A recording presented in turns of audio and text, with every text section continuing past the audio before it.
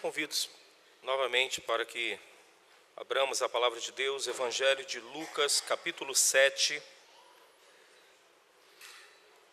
Evangelho de Lucas, capítulo 7. Faremos a leitura do verso 11 até o versículo 17.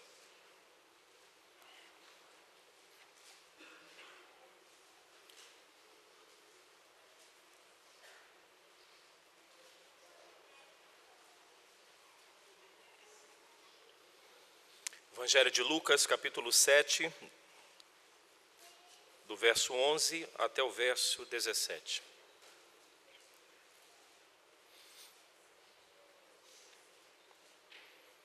Façamos a leitura alternada destes versos. Em dia subsequente, dirigiu-se Jesus a uma cidade chamada Naim, e iam com ele os seus discípulos e numerosa multidão.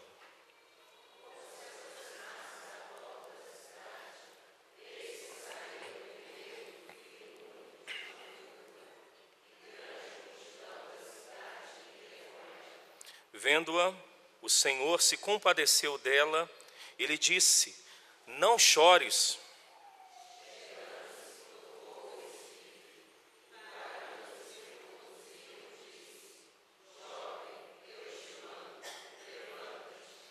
Sentou-se o que estivera morto e passou a falar, e Jesus o restituiu à sua mãe.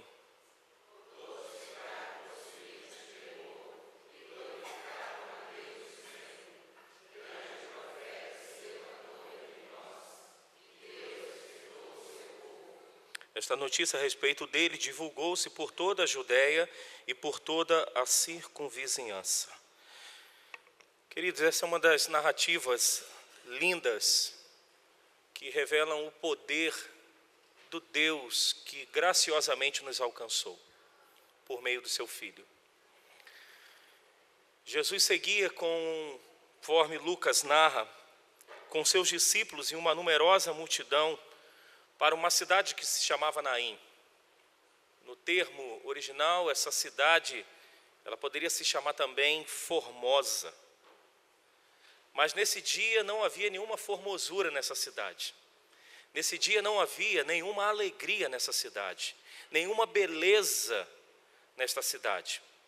Por que eu digo isso? Porque nesse dia, uma viúva estava a sepultar o seu único filho. E no contexto do primeiro século, uma mulher viúva,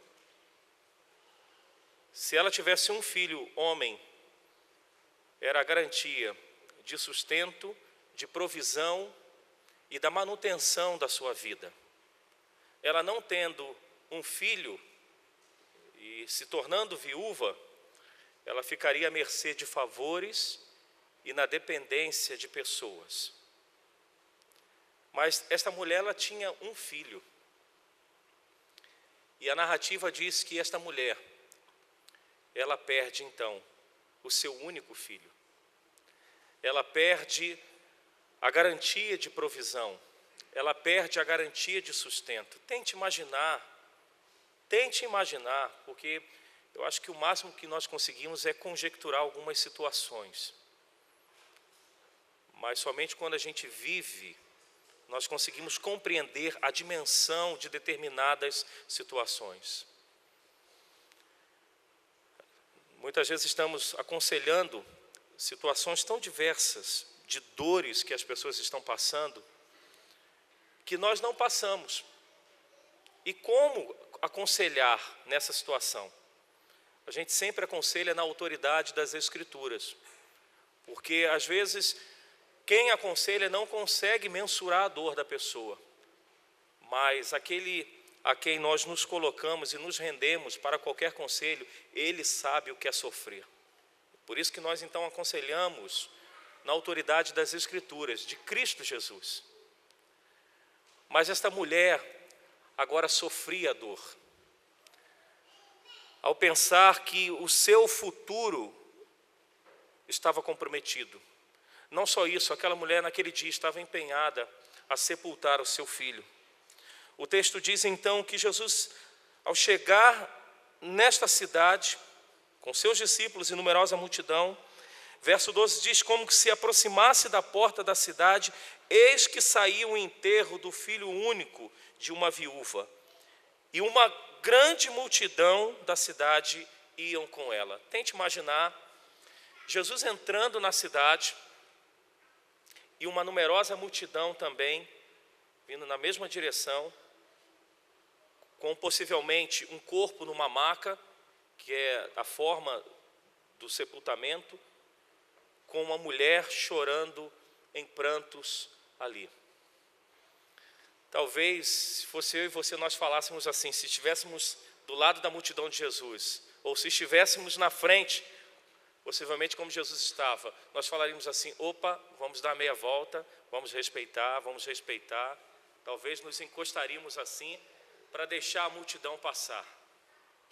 Não é assim que normalmente nós fazemos na cidade, quando percebemos pisca-alertas de vários carros indo para um cemitério?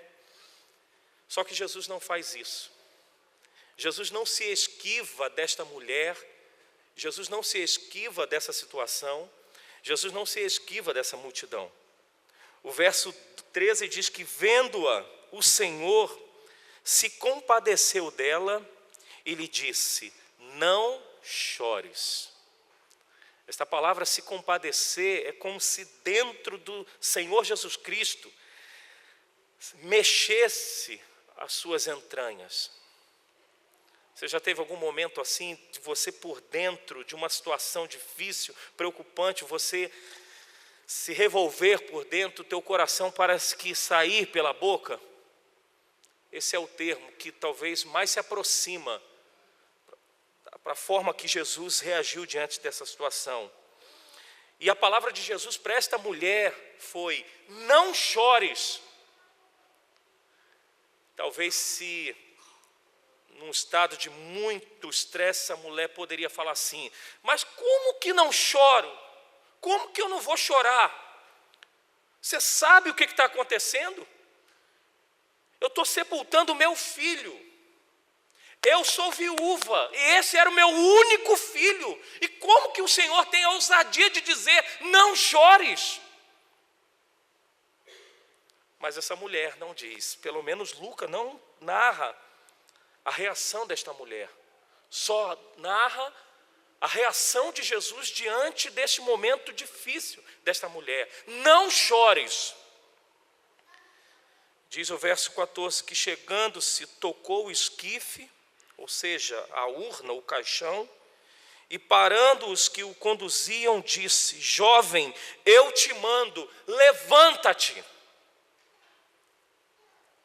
E Lucas continua a narrar o que aconteceu. Diz então que aquele jovem sentou-se e passou a falar. Tem algumas narrativas nos evangelhos assim, que eu sonho assim, aquele sonho. Eu gostaria de estar nesse dia aqui. Ô, gente, eu gostaria de estar nesse dia aqui. Não sei de que lado de multidão, mas eu gostaria de estar nesse dia aqui, vendo aqueles homens carregando a maca e Jesus falando: coloca no chão. Aqueles homens baixando a maca e todos assim: o que esse homem vai fazer? Será que é algum parente para se despedir? Chegou atrasado? E Jesus falando: levanta-te e anda. Ou melhor, levanta-te. E diz então que aquele jovem levantou-se e passou a falar. E eu fico tentando imaginar Jesus pegando aquele jovem e restituindo a sua mãe, dizendo assim: toma aqui seu filho, toma aqui o seu futuro garantido, toma aqui a sua dignidade sendo restituída, toma aqui a sua alegria novamente, toma aqui o seu filho. E não é de admirar que o verso 16 diga que todos ficaram possuídos de temor e glorificavam a Deus. Diante de um milagre desse, diante de tamanha autoridade e poder, não tem como reagirmos de outra forma, a não ser glorificar a Deus e ficarmos possuídos de grande temor. E é interessante que a reação do povo, a declaração é: grande profeta O que diz o texto? Volte os teus olhos. Se levantou entre nós, o que diz? E Deus visitou o seu povo. Inevitavelmente a notícia corre. Inevitavelmente a notícia corre. A notícia ruim corre às vezes muito mais rápido. Mas esta notícia não tinha como ficar retida somente ali dentro daquela cidade de Naim. Eu quero de uma forma breve fazer algumas aplicações aqui para a gente, queridos, nessa manhã, desta narrativa bíblica. A primeira aplicação que eu faço aqui é que no reino de Deus, no seu governo sobre todas as coisas, ouça bem, não existem coincidências. O que existe é providência.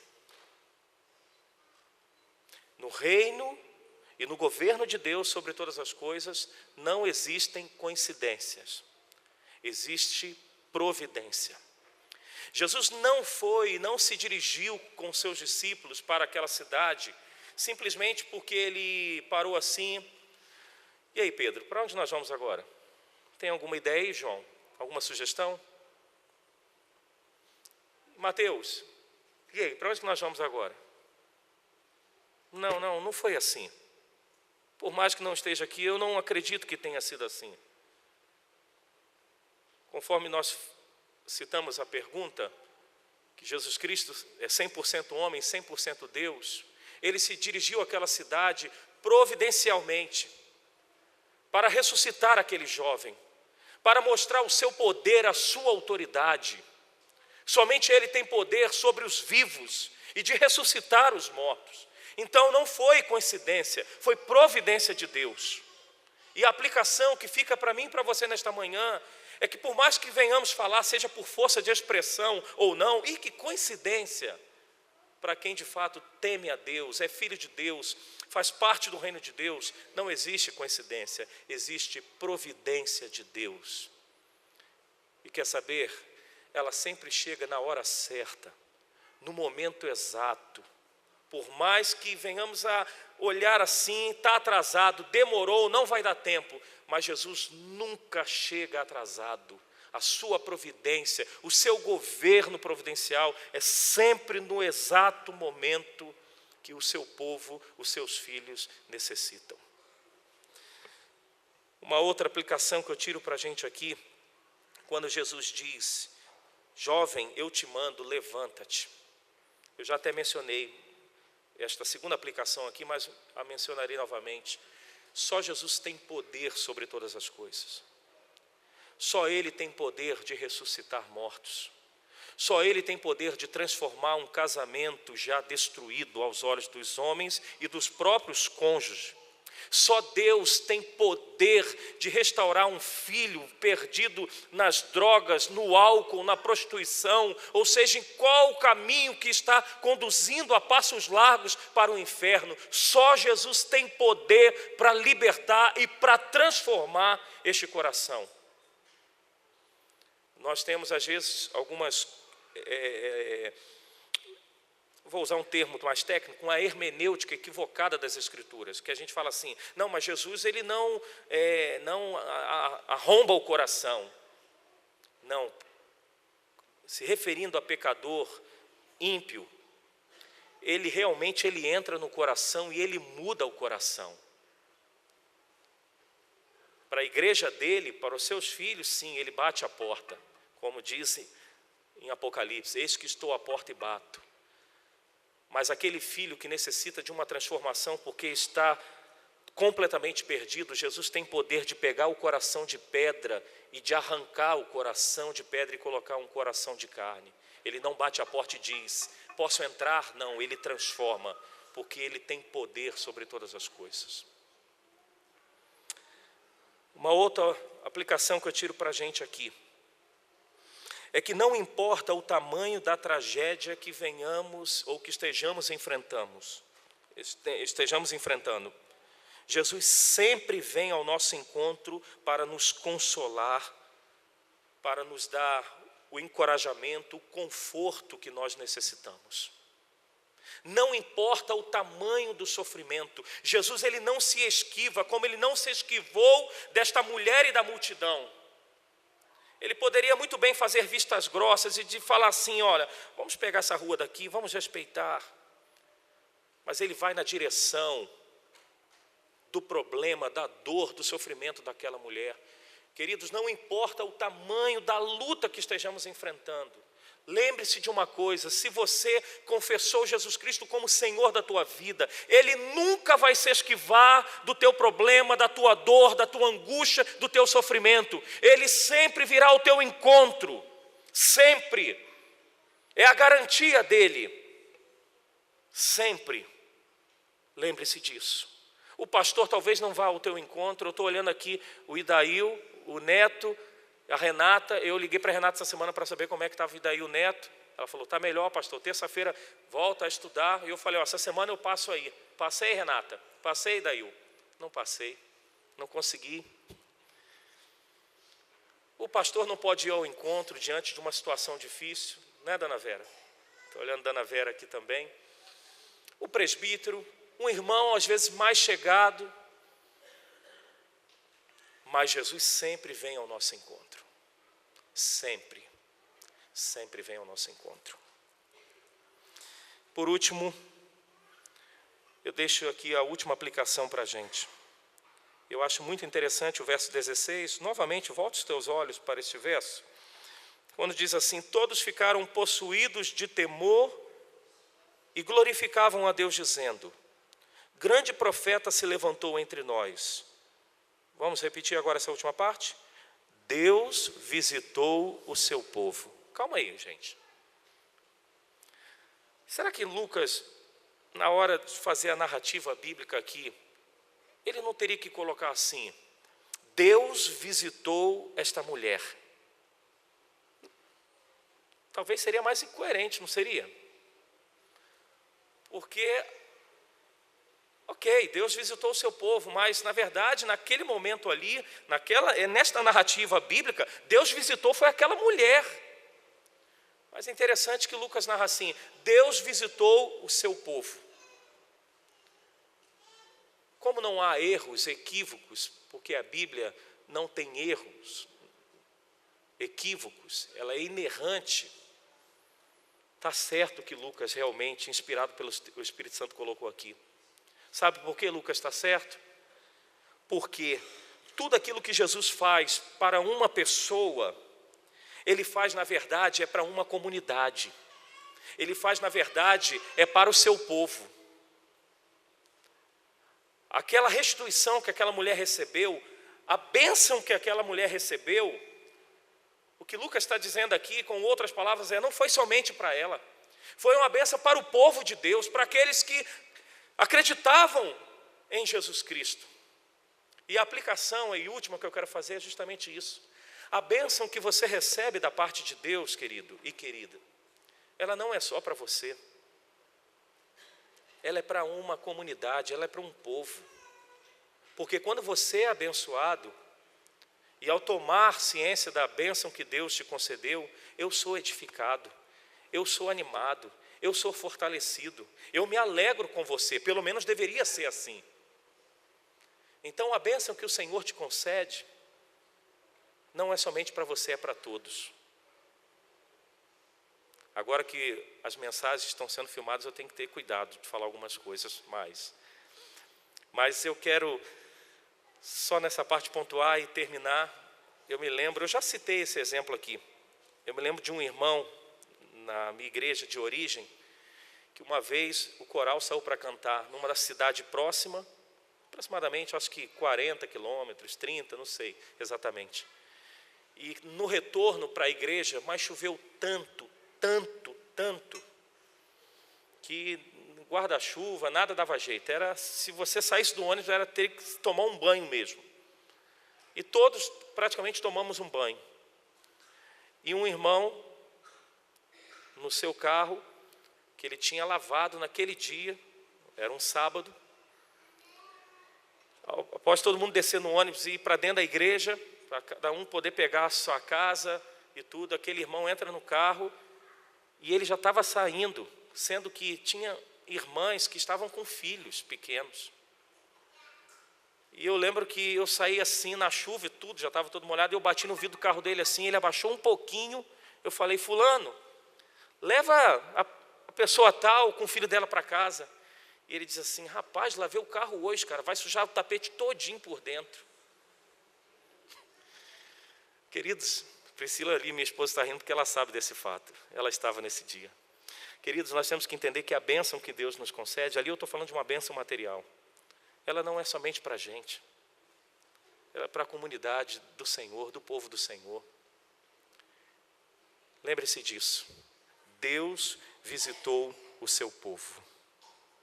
Ele é o Deus da providência, Ele é o Deus que tem todo o poder, Ele é o Deus que não se esquiva, se afasta das nossas dores, e Ele é o Deus que, quando nos abençoa, essa bênção não é só para mim, essa bênção é para ser desfrutada junto com o povo dEle. Amém, queridos? Vamos orar? Senhor, muito obrigado por nos deixar esta narrativa bíblica, inspirada pelo Teu Espírito, que nos edifica nesta manhã. Que possamos, ó Deus, compreender estas aplicações no nosso dia a dia. Que nas nossas vidas não acontecem coincidências, mas sempre providência do Senhor, porque Tu és nosso Pai, e Tu cuidas de nós como, ó Deus, na verdade nenhum outro poderia fazer. Obrigado também, Senhor, porque servimos a Ti um Deus todo-poderoso, um Deus que não se afasta de nós em momento algum, principalmente nos momentos difíceis. E um Deus que, quando nos abençoa, nos diz para compartilharmos estas bênçãos, sejam elas materiais, perecíveis, ou sejam estas bênçãos eterna, como, por exemplo, a salvação. A salvação é algo que recebemos, e o Senhor requer de nós que venhamos compartilhar as boas novas também. Ajuda-nos a compreender isso, Senhor, em nome de Jesus. Amém.